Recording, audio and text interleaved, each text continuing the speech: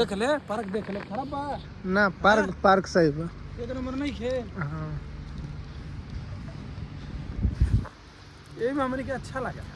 हां आराम से वॉलीबॉल खेलत रहा पूरा कहीं देखो देख आइए रेखावा मी तू लोग हंसी छोड़ पूरा ये नेट बनाला हेने और हेने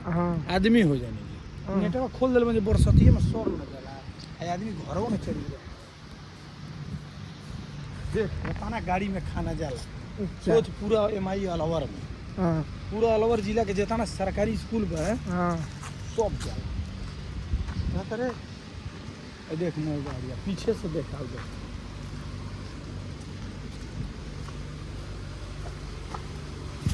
बात हो ना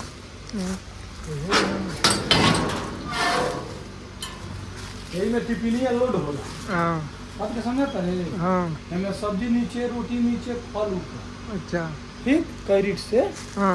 मैंने आ जाला है मैं आ जाला नाप के बनल बा